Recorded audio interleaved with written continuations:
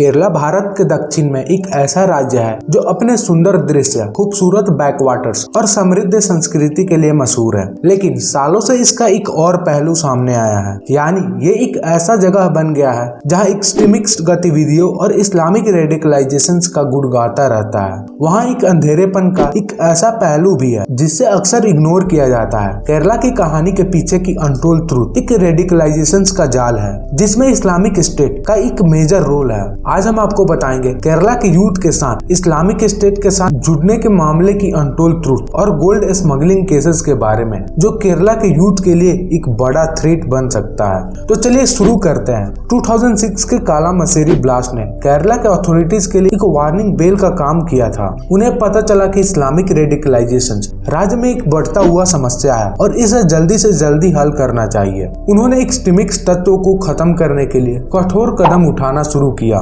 जिससे कि संदेश भेजना और कुछ लोगों को गिरफ्तार करने की कार्रवाई। लेकिन 2016 में केरला एक बार फिर हेडलाइन में आया जब पता चला कि 21 केरलिस्ट इस्लामिक स्टेट के साथ जुट गए थे और सीरिया और इराक में टेरर ग्रुप के लिए लड़ाई की थी। ये घटना ने बताया कि अथॉरिटीज की कोशिशों के बावजूद रेडिकलाइजेशन अभी भी राज्यों में हो रहे हैं। केरला और इस्लामिक स्टेट के बीच के संबंध मदरसा और मस्जिदों के जरिए जाता है, जो कि रेडिकलाइजेशन के लिए जन्म स्थान के रूप में काम करते हैं। इस्लामिक स्टेट के प्रोपेगेंडा केरला के यूथ को टारगेट करता है और उन्हें अपने ट्विस्टेड वर्जन ऑफ इस्लाम से परिचित कराता है, जिसके जरिए उन्हें ग्लोबल जिहाद में शामिल होने के लिए प्रेरित करता है। इंडियन सिनेमा ने केरला के रेडिकलाइजेशन में भी एक भूमिका निभाया है। कुछ फिल्म में मुस्लिम फंडामेंटलिज्म के उचित प्रतिनिधित्व किया जाता है और उनमें टेररिस्ट ग्रुप को जस्टिफाई किया जाता है। ये फिल्म केरला के यूथ पर असर डाल सकती है, जिनके नजरिए को ये नैरेटिव एक्सपोज कर सकते हैं और उन्हें एक्सट्रीमिस्ट आइडियोलॉजीज की तरफ खींच सकते हैं।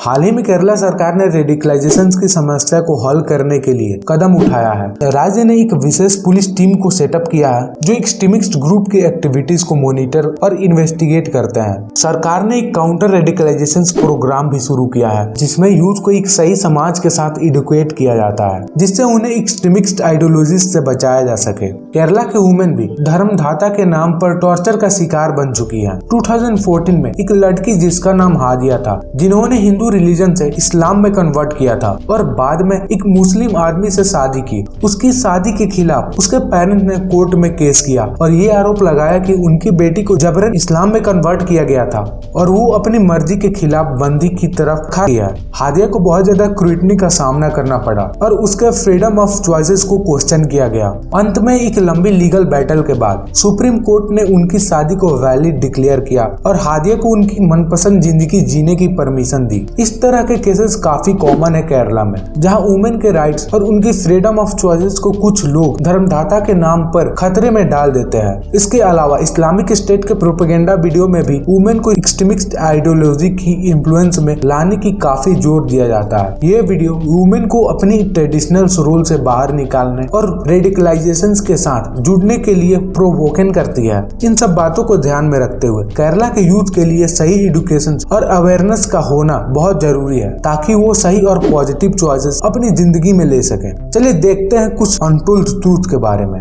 कई लोगों को पता नहीं है कि केरला में राजनीतिक हिंसा का लंबा इतिहास है। जब मार्क्सिस्ट लेनिस्ट ग्रुप 1960 में इस राज्य में प्रमुख हो रहे थे, राजनीतिक अशांति ने इस राज्य में एक्सट्रीमिस्ट तत्वों को पालने का रास्ता खोला, जिसमें इस्लामिक फंडामेंटलिस्ट भी शामिल थे।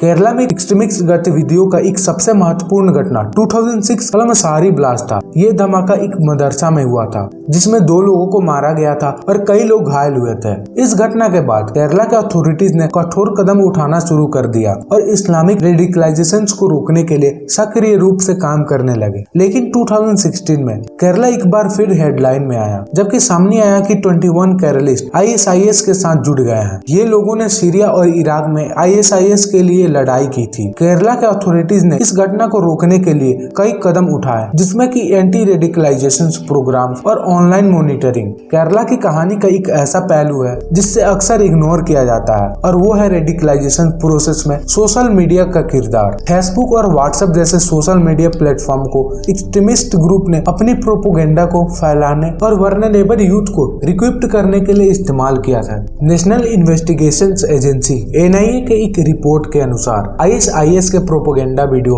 और मैसेज सोशल मीडिया प्लेटफॉर्म पर फैलाया जाता है और केरला का यूथ उनमें अनइंटरेस्टेड होता है। एक और बात जो केरला के रेडिकलाइजेशन के पीछे की अनटोल्ड ट्रूथ है वो है मदरसा और मस्जिदों में हो रही रिलीजियस एजुकेशन की क्वालिटी। काफी सारे मदरसा और मस्जिदों में आजकल एक्सट्रीमिस्ट आइडियोलॉजीज को प्रमोट करने वाले उस्ताद तैयार किए जाते हैं जिन्होंने उन्हें ट्विस्टेड वर्जन ऑफ इस्लाम सिखाया है। ये ट्विस्टेड वर्जन ऑफ इस्लाम और उनके टीचिंग से यूथ को इन्फ्लुएंस किया जाता है जिसके जरिए उन्हें ग्लोबल जिहाद में शामिल होने के लिए प्रेरित किया जाता है। रेडिकलाइजेशन के असर की वजह से केरला में वुमेन की किडनैपिंग भी होती है। 2016 में एक लड़की जिसका नाम रेशमा निशान था, उसकी खुद के हस्बैंड ने उसको किडनैप किया था जिसके साथ इस्लामिक स्टेट के एलिज्ड लिंक था। रेशमा को जबरन अफगानिस्तान ले जाया गया था जहाँ उसके साथ टॉर्चर और रेप किया गया था। उसके परिवार पुलिस में कंप्लेंट फाइल करने के बाद इंडियन अथॉरिटीज ने उन्हें रेस्क्यू किया। इसके अलावा केरला में ऐसे भी केसेस सामने आते हैं जहां रेडिकलाइजेशन के इन्फ्लुएंस में आने से लड़के अपने फैमिलीज के खिलाफ हो जाते हैं और एक्सट्रीमिज्म के साथ जुट जाते हैं। इस तरह के केसेस से लड़कों की लाइफ और उनके फैमिलीज की सेफ्टी को खतरा हो सकता है। केरला में इस्लामिक स्टेट के प्रेजेंस और उनका यूथ को टारगेट करना भी अप्रोच एक मेजर कंसर्न है। इसलिए केरला के यूथ को सही तरह से एजुकेशन और अवेयरनेस दी जानी चाहिए